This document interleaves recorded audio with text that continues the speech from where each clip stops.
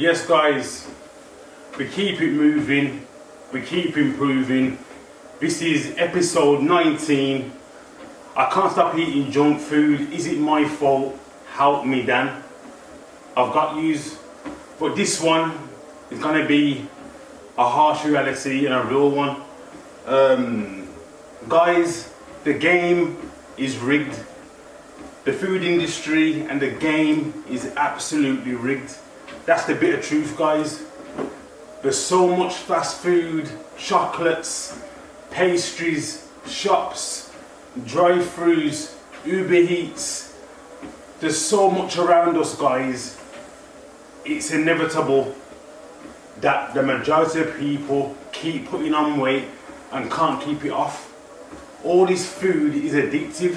Some people are watching this right now in a Starbucks cafe on their Mac, sugary coffee, a muffin, and thinking it's perfectly fine. But guys, McDonald's, Cadbury's, these big companies make billions of pounds by people being fat and being overweight, guys.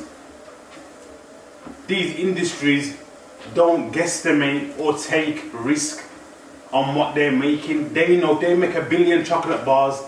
They know 95% of them bars will be gone within a year. And I used to be very ignorant when I was younger. If I looked at somebody that was overweight, I just thought, you know what, you're a fat bastard, you're lazy, you're greedy. But the truth is, guys, we're addicted to food, the wrong foods.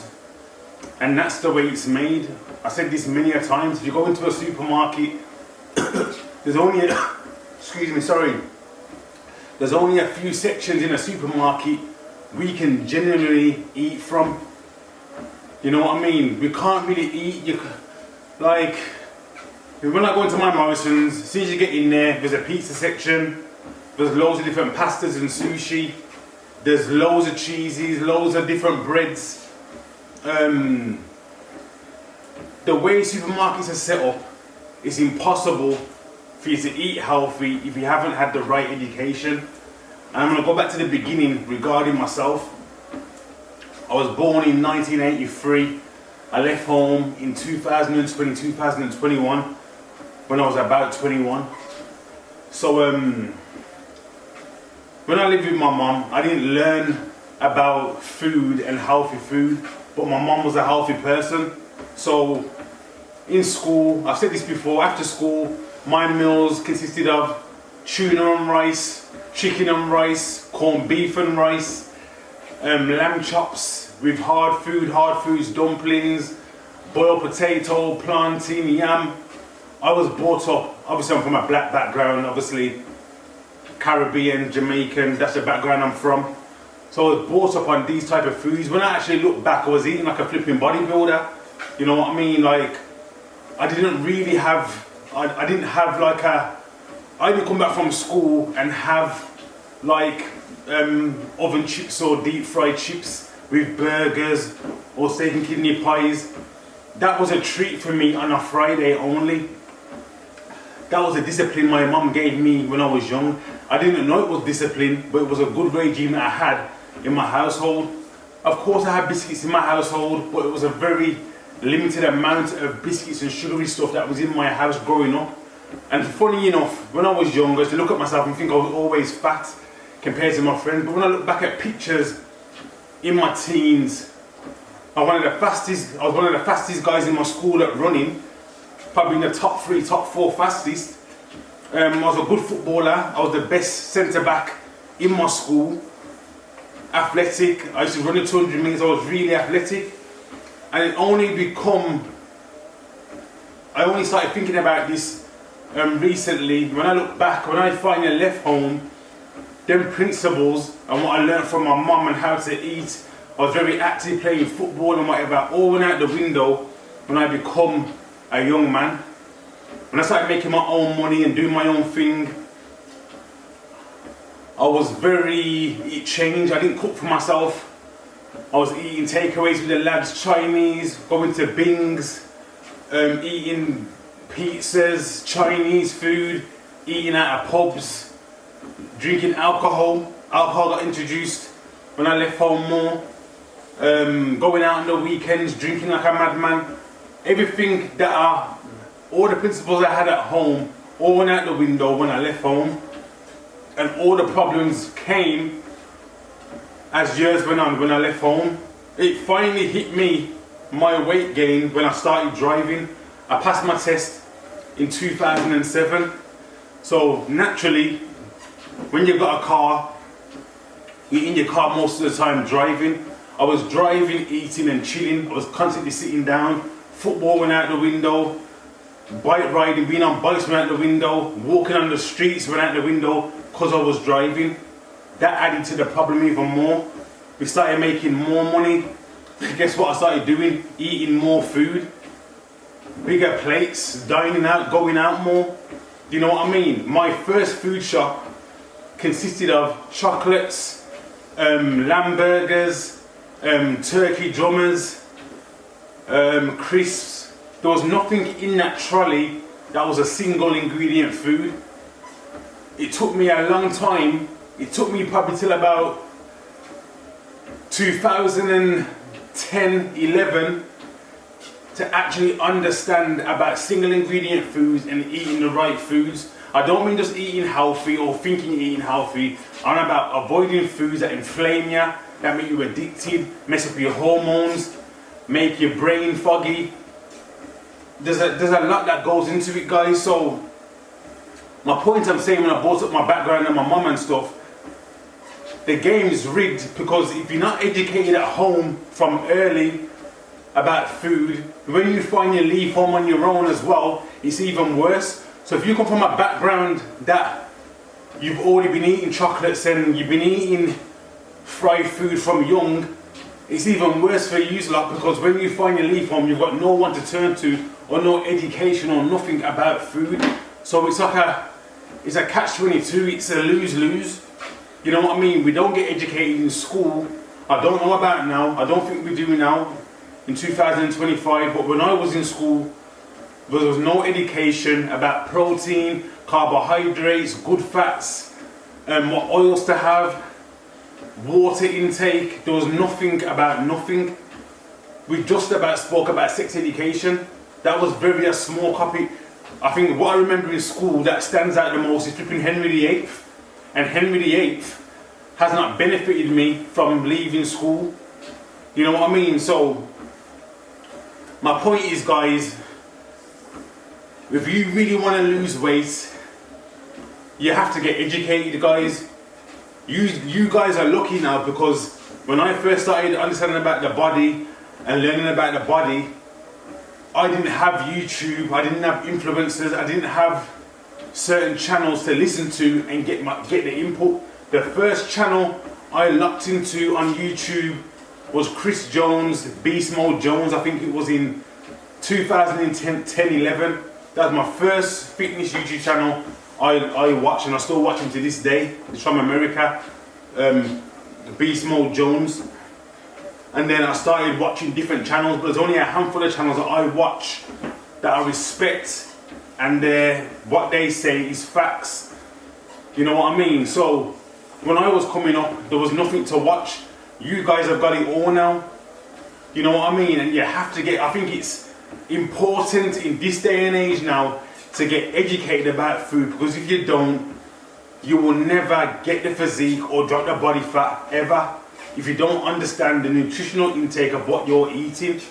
These food companies are here to make you keep going back. They've got people in white coats in rooms making the food to be addictive, making it not filling so you keep going back.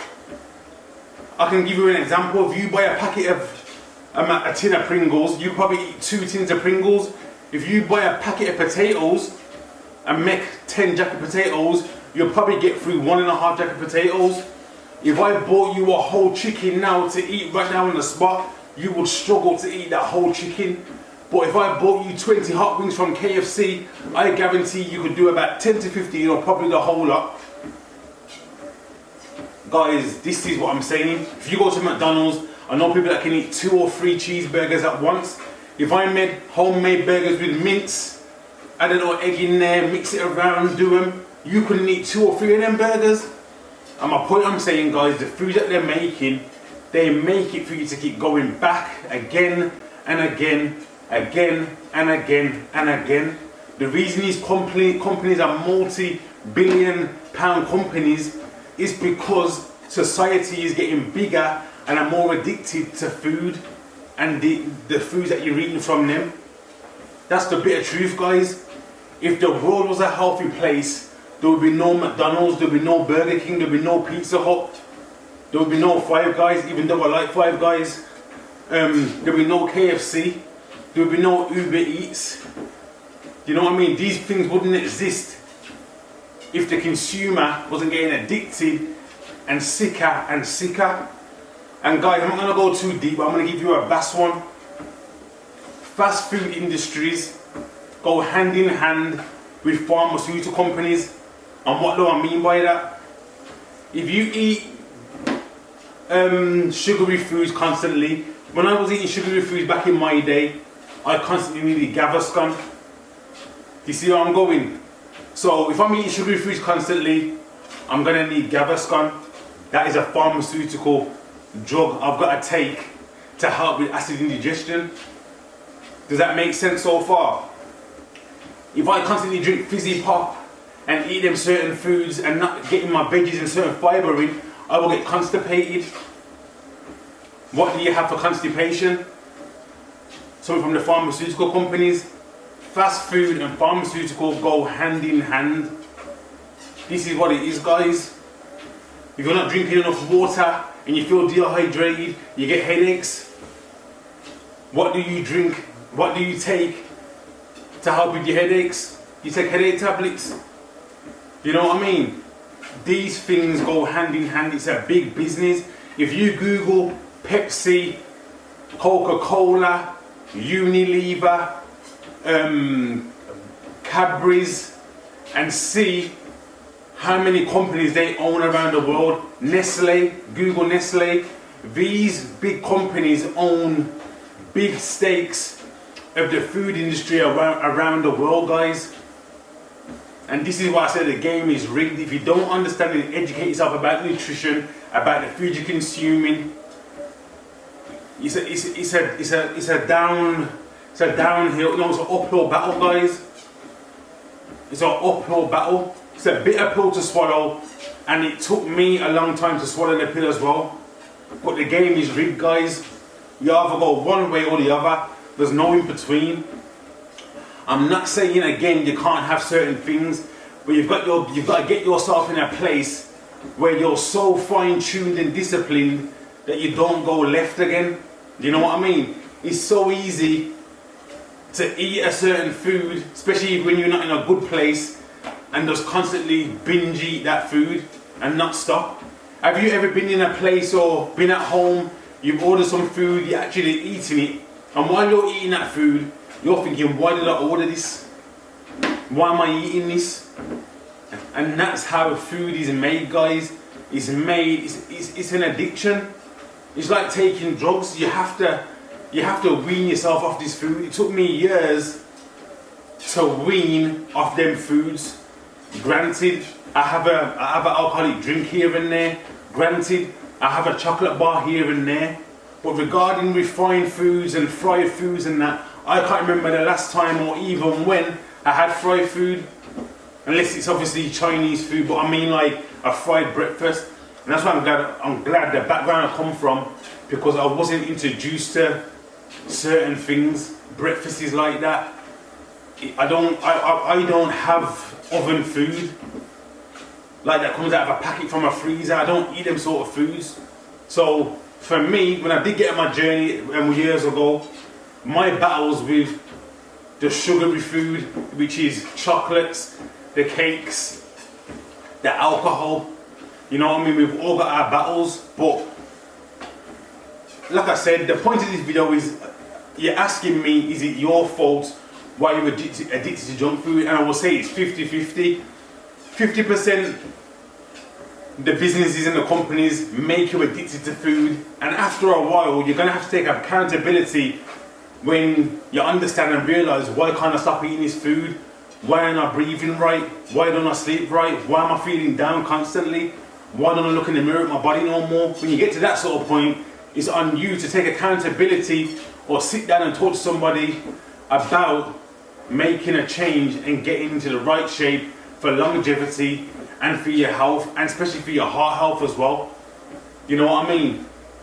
A lot of these foods cause cancer, they cause you to be diabetic, they can cause heart attacks. You know what I mean? But again, none of these businesses will ever go bankrupt, because we live in a world where health is rare. Being a millionaire now is normal, but health and having abs and having a certain physique is rare. That's the time to live in now, people. You know what I mean? Health is actually really wealth. It's rare now.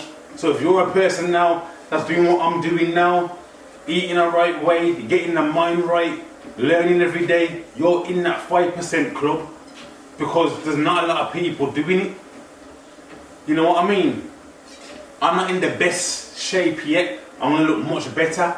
But when I go food shopping, I rarely see someone else in the same section as me that looks like me or looks like they train or do something. It's very rare now.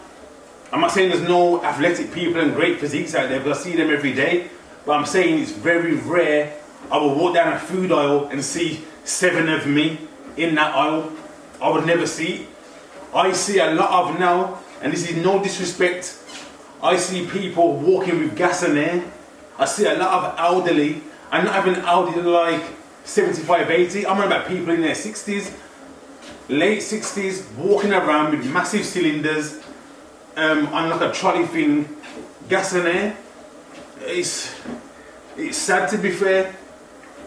So, like I said, if you're, especially if you, I'm 41, and I've got under half a life left. If my mom's watching this, she'll probably say, Dan, don't say that, blah, blah, blah. But the average person lives till they're 77. So, in hindsight, I've got 32 years left.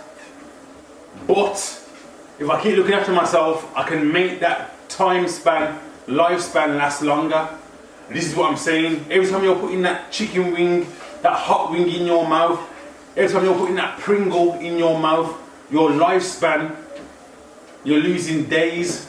People, look at food like that. Every time you pick up a chocolate bar, that's a couple of hours, half a day, you're taking off your lifespan. That's where you have to look at it. But every time you weight train, every time you walk, you're adding 5 days on your life. That's how you have to look at it, people. People that smoke, people that drink, people that eat shitty food. That's the way you have to look at your life. To say, I always give this analogy about a car. We both can buy a car, the same model, the same year. If you're not servicing your car every 6 months or every year, or whenever you need to service it, and I'm just driving mine and not servicing it, but you're servicing yours or whatever, it's inevitable. The person that's not looking after their car, that car, the head gasket will blow, the engine will go, something will happen through that car's lifespan of being on the road. It's the same with your body. You can compound over the years eating bad, and some people won't notice it for a good 10, 20 years. I've had these conversations with people. I've had many females, especially females, say, I've never put on weight, but I've noticed over the last 6 months or the last year, I've put on a load of weight. I don't understand what's going on. If you're constantly compounding a food, some people are blessed, but they don't put it on straight away, but they're damaging themselves internally. As time goes on, the body can't handle the sugar intake or what you're giving it, so it will start shutting down and giving up, and you will start aging faster. You will start looking a bit pudgier. It will be harder to drop off. Even me now, I'm 41. I've noticed this new journey I've been on. To drop body fat, it's harder. And when I get to where I want to go, but it's not as easy as it was when I was 22, 23, 24. It's different. So if you're a person that's never been involved in health and fitness, it's going to be really hard to break that mold, but you can. Just by start walking, buy yourself a walking pad, start walking in your house. You know what I mean? But yeah, This is Walk and Talk with me, episode 19. I can't stop eating junk food. Is it my fault? Help me, Dan. And the answer is it's 50-50. Like I said, 50, the industry's rigged and it will keep you addicted for a long time. But the other half of it, you've got to take accountability sooner or later for your mistakes and how you eat. I did. I looked in the mirror one day, my face was massive. I had no features in my face. I had moobs. Belly was hanging over my trousers. I constantly buying bigger t-shirts, buying a bigger waistband of jeans. I had enough. And I had to do the research. I'd done courses, done my PT courses. I'd done a diploma in diet and nutrition. I understood about food, and I'm still learning to this day now. There's so much information about nutrition and food. I learn something new every day. And guys, like I say, when you start understanding food labels and understanding your body, you will understand when you go food shopping, 90% of the food in them supermarkets are not for the body. It's the bitter truth, guys, but people don't want to have this conversation. I never wanted to have this conversation. I remember watching a DVD with my friend. This was probably in 2006 or 5 when DVDs were a thing. There's something I forgot what the title was called. It was called something about what something about sugar. Sugar harms the body, whatever. And the list and how they broke it down about drinking cans of Coke, eating certain foods. You got to avoid. I was getting angry. I was like, I can't eat this. I can't do this. I'm not allowed to do this no more. And when you actually understand what you've got to cut out, because we've been built up and grown to think, having like people normalize alcohol. Alcohol, even me, I drink occasionally, is absolutely trash. I don't know why I drink alcohol. It don't relax me. It don't soothe me. It makes you tired. I can have one glass of a brandy and Coke and I'm knackered for the day. I feel like shit. Do you know what I mean? Like I'm not built to have that no more. Or I wake up in the morning and I feel groggy. You know what I mean? So we normalise having a drink on the weekend. We normalise when we have a celebration, you've got a drink. We normalise junk food on the weekends. Like it's how society's built us. TV commercials. You will never see a TV commercial about go to your Healthy's farm and buy this cut steak, or I've got these set of eggs, come to my farm. What you will see on TV is Kellogg's brands. You will see McDonald's. You will see Burger King. You will see Cadbury's chocolate. You won't see nothing. I think the healthiest thing you see on TV is a turkey at Christmas. And at Christmas, they'll come and get your turkey crown from this supermarket. I think that's the healthiest thing I think I've seen on the TV. Everything else regarding food is absolutely trash, and they've conditioned us to think that's the way you're supposed to eat. So again, is it your fault? I would say yes and no. At the beginning, if you're a person who don't understand food and you've been eating for a long time, you put on weight, you don't feel good, that's the time where you get education, you start watching channels.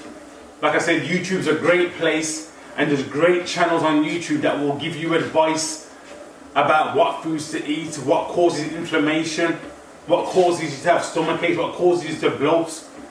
You know what I mean? There's great channels out there. So go out there and get the education. And I say this numerous of times regarding when you find a PT or coach, it's great. PTs and coaches are great people to have on board.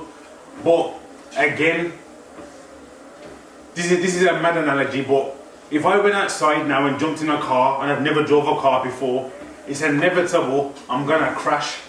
If I've never swam before and I jump into the sea and try and swim, I am going to drown.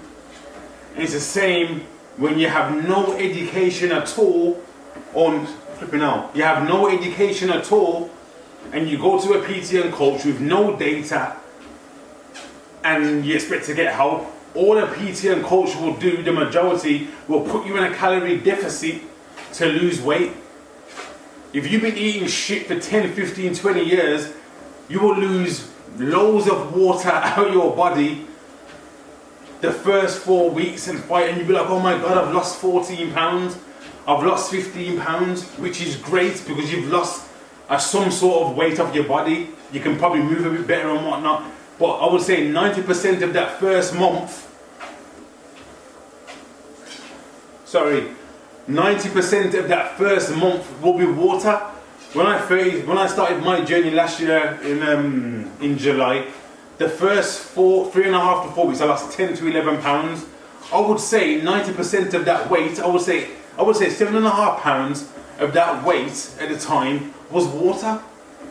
And the other 2.5 pounds was body fat. You can't lose body fat. I don't care what nobody says, 15, 16, 17 pounds of body fat in 3 to 4 weeks. You can change your body composition, you can drop some water, but you're not dropping body fat that quick. So like I say, guys, get the education up, get all the data in, start understanding your body if you really want to make a change. And like I said, I'm not bashing coaches and PT, because one day I want to be a mentor for you guys. I want you to understand about food, understand about the emotional connections. Why is the world getting fatter and fatter and unhealthier every day? There's certain countries that are not built like the UK. America's another country that's probably worse than us. They've got more chemicals and ingredients in certain foods that we have. But that's another conversation for another day. But you've got to be clued up and start getting this knowledge in, guys. You have to, because we don't get it in school. And I really believe we don't get it in school because we're part of a system where the one who's hooked on that food, the one who's hooked, then the one who's sick. And it sounds horrible, guys, but I can guarantee you the CEO of most of these companies don't feed their kids cereals every day. They don't feed their kids McDonald's every day. These CEOs do not feed their kids certain things, and they own these companies, guys. So yeah, it's 50-50, 50 to the industry that is rigged, and the other 50 you've got to take some sort of accountability one day to better your life, your physique, your body composition, your mindset, and start doing it, guys. Let's start living longer, looking better and feeling better. But that's enough from me. Rant over. We keep it moving and we keep improving. Be extraordinary and dare to be different.